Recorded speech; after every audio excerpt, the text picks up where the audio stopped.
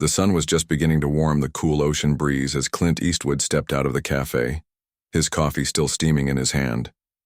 He liked this time of day, before the world got too loud, before the phone calls and emails, before people started asking too many damn questions. But peace never lasted long, not in this world.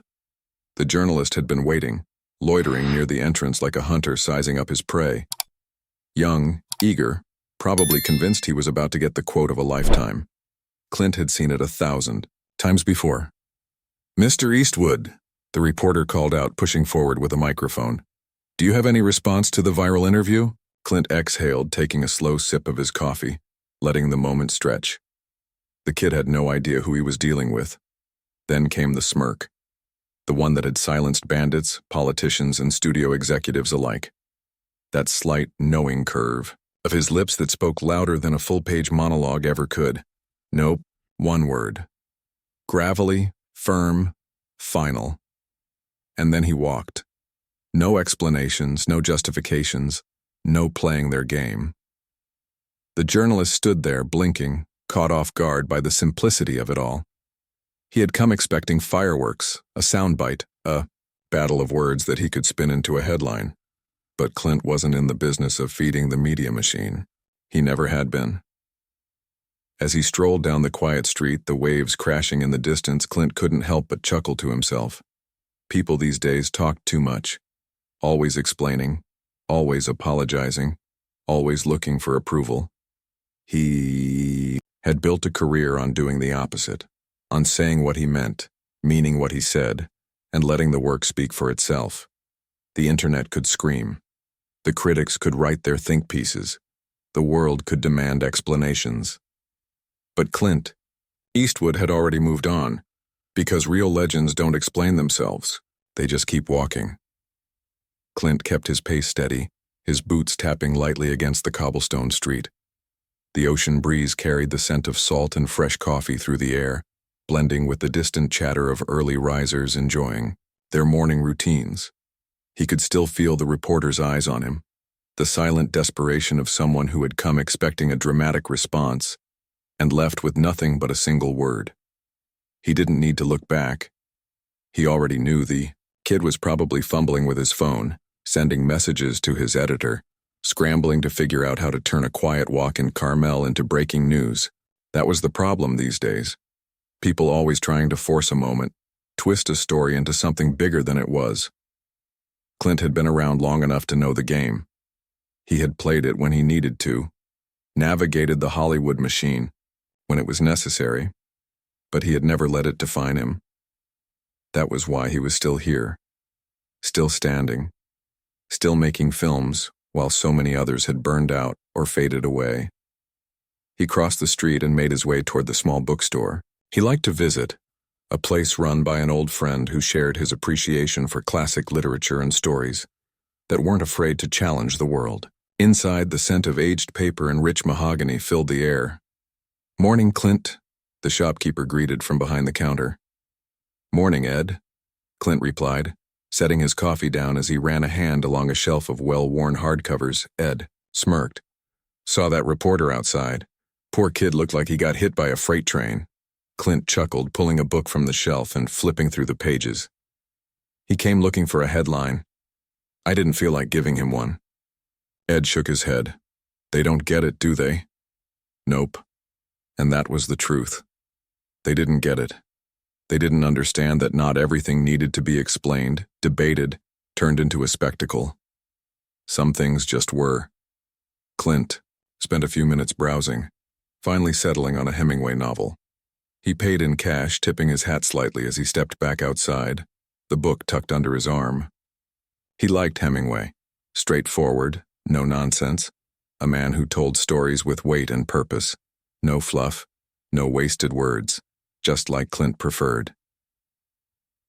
As he walked back toward his truck, another buzz from his phone caught his attention. He almost ignored it, but curiosity got the better of him. When he glanced at the screen, he smirked. The clip of his nope response was already going viral. The internet was eating it up. Some were calling it legendary, others were calling it a missed opportunity. But the best comments, the ones that really made him laugh, were from people who understood. That's how you handle the media. Absolute. Legend. One word and he shuts down the entire narrative. That's Eastwood for you. Man doesn't need to explain anything. He's already won.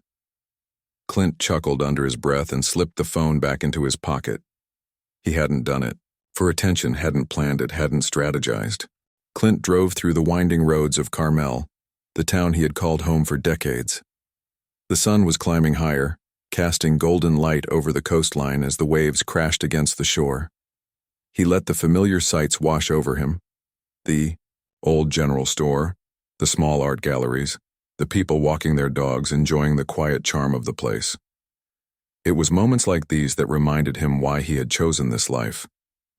He could have stayed in Los Angeles, wrapped up in the endless cycle of premieres, deals, and industry politics, but that had never been his scene. He had done his time in Hollywood, played the game when necessary, and then walked away on his own terms. That was the only way he knew how to live. On his terms. As he pulled into his driveway, he spotted his assistant, Sarah, standing by the front porch, phone in hand. She looked up as he stepped out of the truck, her expression a mix of amusement and exasperation. "You broke the internet again," she said, waving her phone at him. Clint chuckled, grabbing the Hemingway novel from the passenger seat. "All I said was nope. And that's all it took," she replied. "It's everywhere. People are dissecting it, turning it into memes, debating what you meant." He shook his head, walking past her and up the porch steps. Hell of a world we live in, where a man can't even drink his coffee in peace without someone making a spectacle out of it. Sarah followed him inside, setting her phone down on the kitchen counter. "They just don't make guys like you anymore, Clint. Everyone else is scrambling to stay relevant, and here you are saying one word and making headlines." "Not my problem," he muttered, pouring himself another coffee. She leaned against the counter, arms crossed. "So, what now? You want to respond? Do an interview?" Clint shot her a look. "Right, stupid question," she said with a grin. Instead of answering, Clint sat down at the large wooden table in his study, flipping open his script. That was what mattered. Not the noise, not the opinions, not whatever the internet was saying. He picked up his pen and started making notes in the margins. The world outside continued to spin. The headlines would come and go. The reporters would find a new story. The critics would keep talking. But Clint? He had a film to make. And that was the only thing worth his time. The sound of the pen scratching against the script filled the room as Clint made his revisions. He didn't need a team of consultants or Hollywood executives whispering in his ear about what audiences wanted. He knew what made a damn good story: authenticity, grit, and truth. That's what had kept him in the business for over 6 decades. Sarah leaned against the doorway, watching him work. "You know," she said after a moment, "most people would be jumping at the chance to capitalize on this kind of viral moment." Clint didn't look up. "Most people talk too much." She smirked. "You could use it to promote your next film. It's already trending. The studio called again, by the way. They're hoping you'll at least acknowledge the buzz, maybe turn it into something." Clint sighed, finally setting his pen down. He leaned back in his chair, rubbing his chin thoughtfully. "They ever stop to think that maybe the reason it's making waves is because I didn't say anything?" Sarah chuckled. "Well, yeah. But that doesn't mean they won't try to squeeze something out of it." He reached for his coffee and took a slow sip, letting the silence linger. Then he gave her that signature Eastwood smirk. "Let 'em try." Sarah shook her head, amused. "All right, I'll let them know you're too busy being a living legend to play PR games." Clint waved her off as she exited, turning his focus back to the script. His mind drifted to the project in front of him, a story about a man who had seen too much, done too much, and was just looking for a quiet way to finish his days, only to get dragged back into a fight he thought he'd left behind. Sounded a little too familiar. A knock at the door interrupted his thoughts. He glanced up as Sarah peeked her head back in. "Hate to bother you again, but someone's at the gate." Clint sighed. "Another reporter?" "No," she said, arching a brow. "Morgan Freeman." That got a chuckle out of him. "Well, hell, send him in." A few minutes later, Morgan strolled into the study like he had all the time in the world. Dressed sharp as ever, his hands in his pockets, he gave Clint that knowing look. "You're stirring up trouble again, old man," Clint smirked. "I didn't do a damn thing," Morgan chuckled, settling into the chair across from him. "That's what makes it so funny. One word, and you've got the whole internet talking." Clint shook his head, flipping the script closed. "People make too much of things these days. They want a debate out of everything. Me? I'd rather just get to work." Morgan nodded. "That's why you're still standing when so many have faded away." He gestured toward the script. "This the new one?" Morgan leaned back in his chair, exhaling slowly. The weight of years in the industry, the changes they'd both seen, the nonsense they'd both ignored, it all hung in the air between them like an unspoken agreement. They didn't have to say it. They both knew. Clint glanced at his old friend, a slight smirk tugging at the corner of his mouth. "You sticking around, or you just came to bust my chops?" Morgan chuckled. "Nah, I'm heading back to LA soon. Got a few things lined up, but I figured I'd stop by, check in on the last real cowboy left in this town." Clint scoffed. "Hell, I ain't a cowboy. Just a guy who doesn't put up with bullshit." Morgan laughed, deep and rich. "And that, my friend, is why the world still cares what you have to say, even when you don't say anything at all." Clint shook his head, standing up and stretching. He was never one for sitting too long. He grabbed the script off the table and tucked it under his arm. "Let's go for a drive." Morgan arched an eyebrow. "Where to?" Clint shrugged. "Nowhere in particular." That was all Morgan needed to hear. They stepped outside, the warm afternoon air wrapping around them. Clint's truck sat in the driveway, old but dependable, just like its owner. He tossed the script onto the passenger seat and slid behind the wheel. Morgan climbed in beside him. And without a word, Clint started the engine.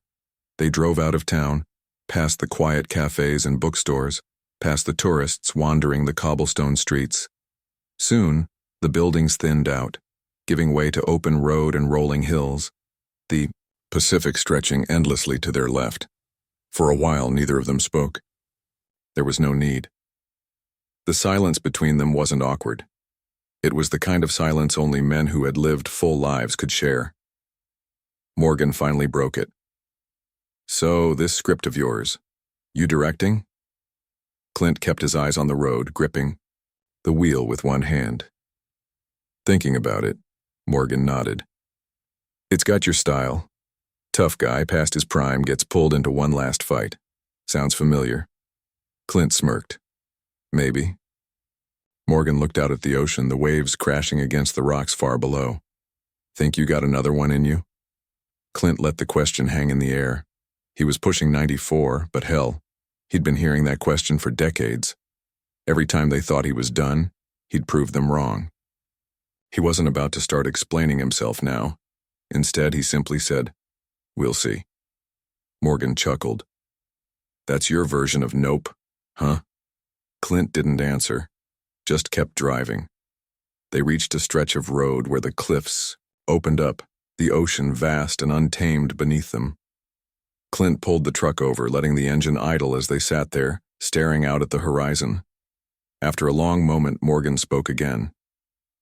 "You ever think about what's next?" Clint exhaled, his fingers drumming against the steering wheel. "Not my job to worry about that." Morgan nodded slowly. "You know they're going to keep talking, right?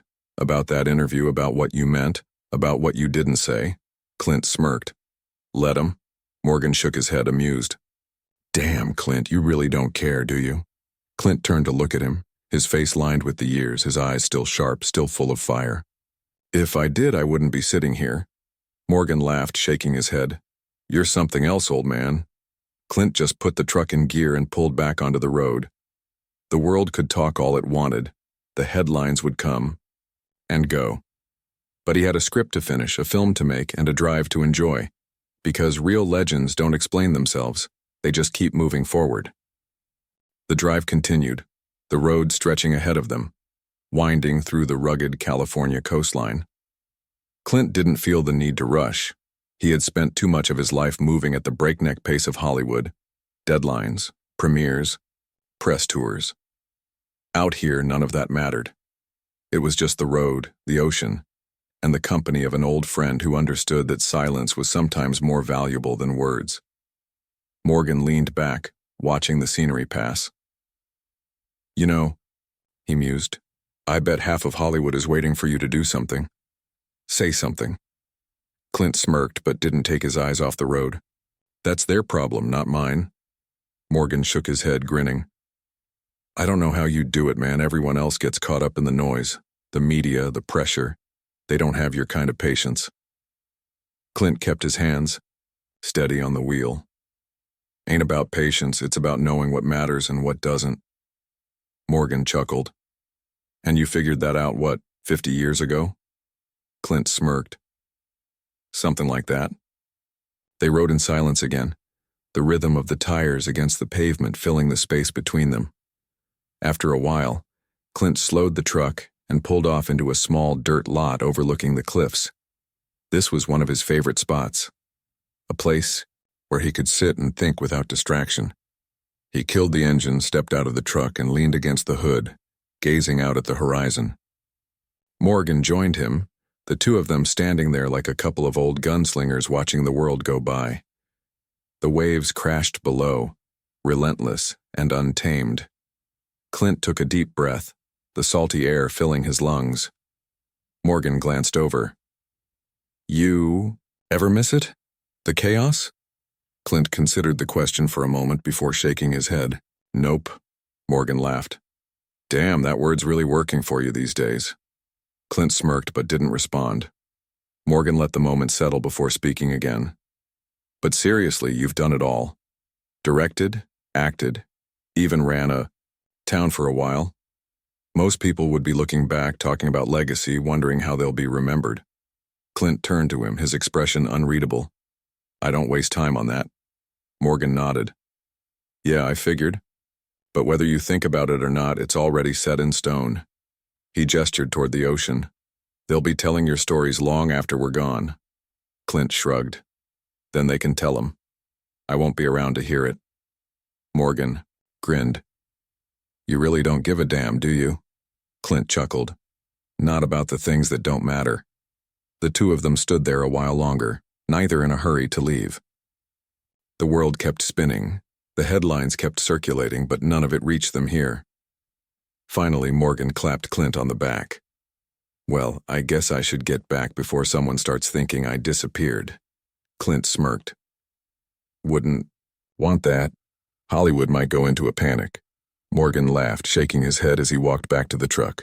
Clint followed, sliding behind the wheel and starting the engine.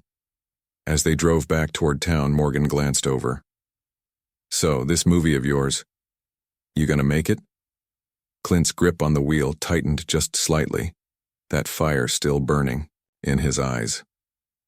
Damn right. Morgan nodded approvingly. Thought so. The truck rumbled down the road, leaving the cliffs behind. The world would keep talking, keep analyzing, keep demanding explanations. But Clint Eastwood, he'd already said everything he needed to.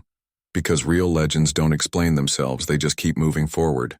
The drive back to town was slow and steady, just the way Clint liked it. No rush, no deadlines, no expectations. The world outside could be in a frenzy over one word, but inside that truck, it was just two old friends enjoying the road. As they neared Carmel, Morgan shifted in his seat, watching the small town come into view. So, what's the next step? Clint smirked. Same as always.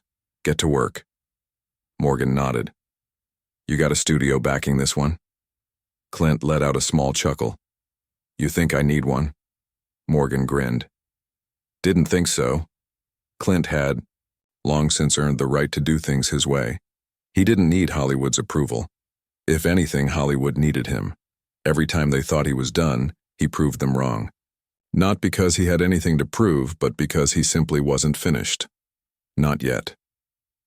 They rolled into town, the quiet charm of Carmel greeting them like an old friend. The streets were lined with small cafes, bookstores, and art galleries, places that had been there for years, untouched by the chaos of the outside world. It was one of the few places Clint could walk around without feeling like a spectacle. He pulled the truck into a spot outside a small diner he frequented, the kind of place where nobody asked for pictures, where people respected your space. He and Morgan stepped inside, the bell above the door jingling softly. The waitress, a woman in her 60s who had worked there for years, smiled as she saw them. "Well, look who it is, the two biggest troublemakers in town." Morgan chuckled. "Guilty as charged." Clint just nodded. "Coffee, same as always." She poured them both a cup, then left them to their conversation. Morgan leaned forward, hands clasped around his mug. "You know, you could have made this easy on yourself. Done a press tour, played the game a little." Clint took a slow sip. "That's the problem. Everyone's playing a game, I don't play." Morgan smirked. "And that's why people respect you." Clint didn't respond. He didn't need to. The door to the diner opened, and in walked a young man, probably in his 20s, holding his phone like it was glued to his hand. He spotted Clint and immediately lit up. "No way," he muttered before walking over. Clint sighed inwardly but kept his face neutral. The kid hesitated. "Sorry to bother you, Mr. Eastwood, but I just wanted to say I respect the hell out of you. The way you handled that whole viral thing. Just perfect." Clint nodded. "Appreciate it." The kid hesitated again, as if debating whether to ask for a picture, but something in Clint's expression made him think better of it. He smiled awkwardly, then gave a small wave before heading back to his table. Morgan chuckled. "See? Even the young ones get it." Clint shook his head. "Maybe. There's hope for him yet." They sat in the diner for a while, sipping coffee, talking about movies, life, the way things used to be. The conversation was easy, effortless, the kind of talk that only came from years of mutual respect. Finally, Morgan glanced at his watch. "I should hit the road." Clint nodded. "Good seeing you." Morgan smirked. "You ever decide to say more than one word, let me know." Clint chuckled. "Don't hold your breath." They shook hands and Morgan walked out, leaving Clint alone with his thoughts. He sat there for a while longer, watching the world move at its own pace outside the window. Then without a word he stood, left some cash on the table, and walked out into the cool California air. The headlines would fade, the debates would move on, the world would keep spinning. But Clint, he had a movie to make, because real legends don't explain themselves. They just keep moving forward.